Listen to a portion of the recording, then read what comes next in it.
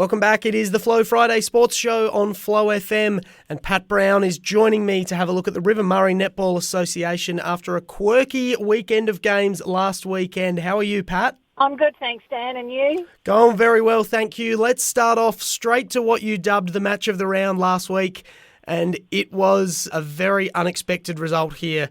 The Southern Suns at Pinaroo beat the Ramblers 84-29. We absolutely did not see this coming. We thought it was a foregone conclusion that it was going to be a close game and it could go either way, but the Suns have absolutely stamped their dominance there at Pinaroo. Yeah, they certainly have. I mean, when the second place team's playing the third, you sort of think it might be a 10-goal gap, but no, not a 55. That was a real blow-up. The Suns defenders, Taylor Guthrie, Olivia Clark and Hannah Nitschke, really blocked the access for Ramblers to penetrate into their goal third. And if they can't get into their goal third, they can't get into the goal circle. And this hit Ramblers hard. The Suns capitalised on all the opportunities they gained from that pressure to be 24-7 up at quarter time. That's unheard of in a 2 versus 3 game. Ramblers made a slight improvement and sort of broke through a bit in the first half of the second quarter, but the Suns came back again. They were really on their game. They were strong. They were confident. They were playing at home. 41-14 at half-time. There was no way Ramblers were going to get back into that game. The Suns were not going to let them. It must have been a brilliant game to watch from a Suns spectator's point of view, but I think Ramblers would have been taking their heads a bit after that game. I think it would have stunned them a bit. No doubt about that. And what do you reckon, Pat? Is this the sort of game where maybe they just didn't quite turn up, weren't prepared enough, while the Suns were very well prepared and eager to get out on the court? You see it sometimes in high-stakes games like grand finals, but it's pretty rare to see that in a round 7 game. So, do you have any theory as to what might have gone wrong for the Ramblers? Well, it's probably one of the longer road trips all the way out to Pinaroo. I wondered whether maybe there would have been an upset within the team with players with work and stuff like that, but I sort of haven't been able to find out any information on that. Maybe the Suns just wanted it more. Seems to be when they want the game is when they really lift. But it would have been a real shock for Ramblers. They would have thought they were in with a chance on this game, and it wasn't to be. But everybody has a bad game once in a season, and maybe the whole team had theirs together. There have been rumours about illnesses going around pretty much everywhere in every footy and netball league we're covering. Yeah. So a lot of flu and stuff like that. Even if they played, they may not have felt 100%. Yep, so they may not have been at full strength, whether they had all their players or not. Probably just one of those bizarre results that you move on and, yes, you promise never to play quite like that again. So an unexpected, bizarre result there. But, one of the best wins of the season for the Southern Suns. So let's move on to the other blowout from last weekend. It was the Mallee Storm beating the Coorong Cats 59-37. Probably a bit more of an expected wide margin there. Yeah, most people would have expected that gap. I mean, the first quarter, both teams contested very, very well, and Mallee were only up by 4 goals, which Cats would have thought they had a chance of maybe keeping them down to maybe under 20 goals. They came back in the second quarter with feeding into their goal circle, confusing and unsettling the Storm defenders a bit. But there was only 1 goal difference at half-time, so the Cats were in it. But the Storm changed their players around. They've got some real versatile options within their side, which allowed them to counter-attack against the Cats. So they went into the fourth quarter 11 goals up, so it was a good quarter for them. And although the Cats continue to work hard, the Storm, once they're that sort of margin up, are one of the teams that continue to finish their game off.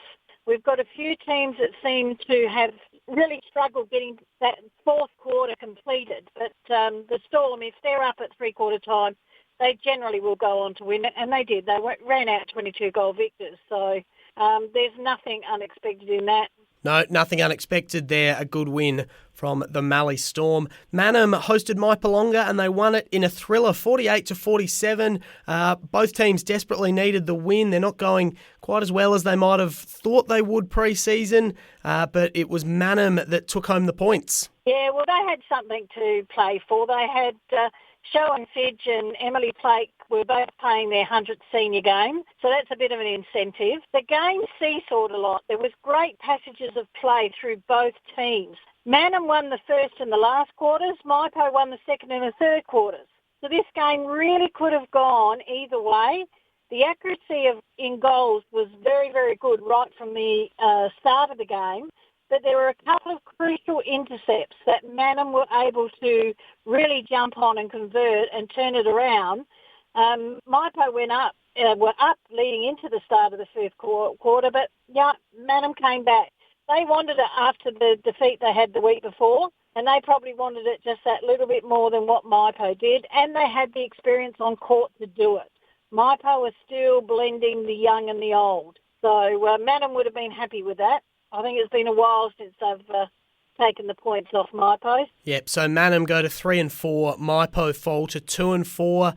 Mypo obviously still have a bye to come. Mannum have played that extra game, so a close game between them and maybe showing that they're just not quite in touch with that top four at the moment, but it is a long season and there is a lot still to play out and there's plenty of time for them to refine everything and get there. In the last game of the round, it was Jervois over Tailem Bend, 47-41, another close one here at Tailem Bend. Yeah, another close one and one I got wrong. It's generally always a great contest because there's a real cross-river rivalry between these two teams.